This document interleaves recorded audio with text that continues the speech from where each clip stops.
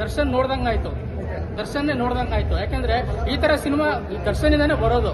ಈ ತರ ಸಿನಿಮಾಗಳು ಬಂದ್ರೆ ಈಗ ದರ್ಶನ್ ಇಲ್ಲದೆ ಇರೋದಕ್ಕೆ ಈ ಸಿನಿಮಾ ದರ್ಶನ್ನೇ ನೋಡ್ದಂಗಾಯ್ತು. ಸೂಪರ್ ಆಗಿದೆ ಸಿನಿಮಾ. ವಿನಯ್ ಗೌಡ ಅವರ ಆಕ್ಟಿಂಗ್ ಎಲ್ಲರೂ ಚೆನ್ನಾಗಿ ಎಲ್ಲ ಚೆನ್ನಾಗಿ ಮಾಡಿದ್ದಾರೆ. ವಿನಯನು ಚೆನ್ನಾಗಿ ಮಾಡಿದ್ದಾನೆ, ವಿನೋದ್ ಪ್ರಭಾಕರ್ ಚೆನ್ನಾಗಿ ಮಾಡಿದ್ದಾರೆ. ಸಾಂಗ್ಸ್ ಅಂತ ಎಕ್ಸ್ಟ್ರಾಡಿನರಿ, ಮತ್ತೆ ಬ್ಯಾಕ್ ಗ್ರೌಂಡ್ ಮ್ಯೂಸಿಕ್ ಅಂತ ಸೂಪರ್ ಚೆನ್ನಾಗಿದೆ.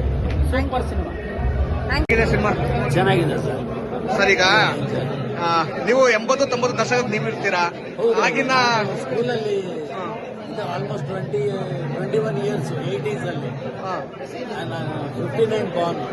ಅದರಿಂದ ನಾನು ಇಡೀ ಬೆಂಗಳೂರನ್ನು ನೋಡಿದ್ದೀನಿ, ತುಂಬ ಹತ್ತಿರದಿಂದ ನೋಡಿದ್ದೀನಿ, ಎಲ್ಲರ ಜೊತೆ ನಾನು ಸಂಪರ್ಕ ಇಟ್ಕೊಂಡೆ ನೋಡಿದ್ದೀನಿ. ಬಲರಾಮನ ಕತೆ ನಿಮ್ಗೆ ಯಾವ ತರ ಇಷ್ಟ ಸರ್?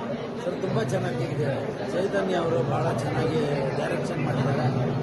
ಆಮೇಲೆ ಪದ್ಮಾವತಿ ಅವರಿಗೆ ಥ್ಯಾಂಕ್ಸ್ ಹೇಳಬೇಕು. ಇದನ್ನು ಪ್ರೊಡ್ಯೂಸ್ ಮಾಡಿದಾರಲ್ಲ, ಹ್ಯಾಂಡ್ಸ್ ಆಫ್ ಟು ಹರ್. ನಿಜವಾಗ್ಲೂ ಇನ್ನೂ ಒಂದಷ್ಟು ಪ್ರಾಜೆಕ್ಟ್ಗಳು ತರಲಿ.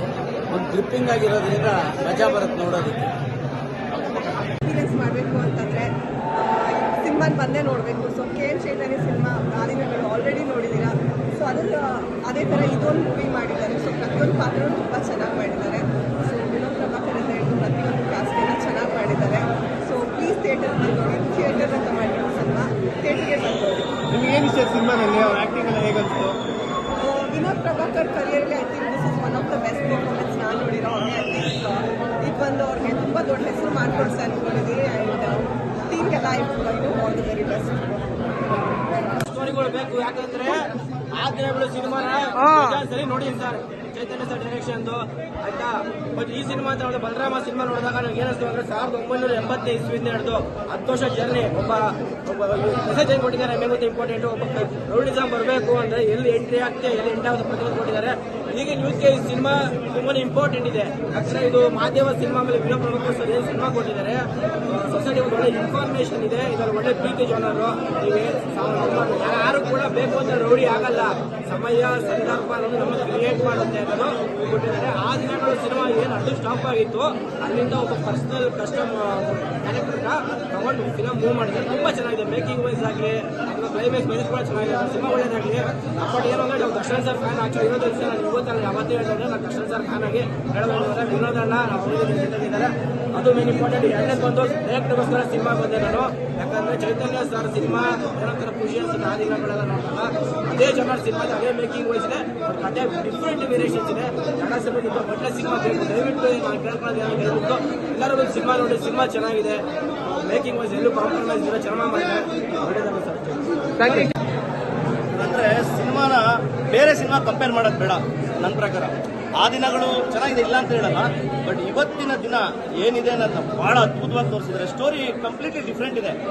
ಇವತ್ತಿನ ಅಂಡರ್ವರ್ಲ್ಡ್ ಏನಿದೆ, ಇವತ್ತು ಪ್ರೆಸೆಂಟ್ ಸಿಚುವೇಶನ್ ಏನು ನಡೀತಾ ಇದೆ, ಪ್ರತಿಯೊಂದನ್ನ ಪಿನ್ ಟು ಪಿನ್ ತೋರಿಸಿದ್ದಾರೆ.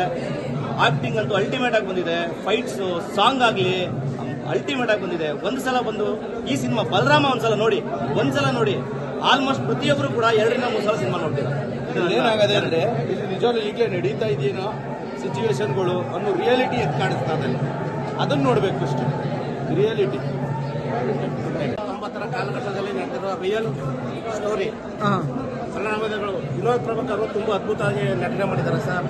ಪ್ರತಿಯೊಬ್ಬರು ಅವರವರ ಪಾತ್ರಗಳನ್ನು ತುಂಬಾ ಅದ್ಭುತವಾಗಿ ನಟಿಸಿದ್ದಾರೆ.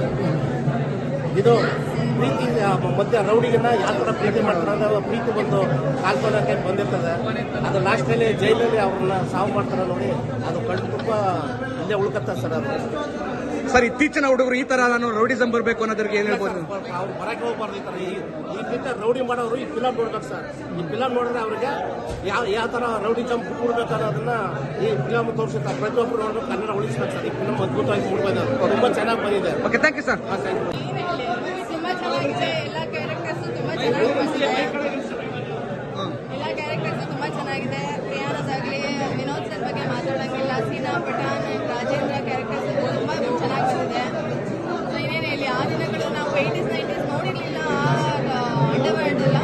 ಸೊ ಇದ್ರಲ್ಲಿ ನೋಡಿ ಚೆನ್ನಾಗಿ ಬಂದಿದೆ. ಸ್ಟೋರಿ ಲೈನ್ ಅಂತೂ ತುಂಬಾ ಚೆನ್ನಾಗಿದೆ. ಎಲ್ಲೂ ಬೋರಿಂಗ್ ಇಲ್ಲ. ಸಾಂಗ್ಸ್ ಚೆನ್ನಾಗಿದೆ.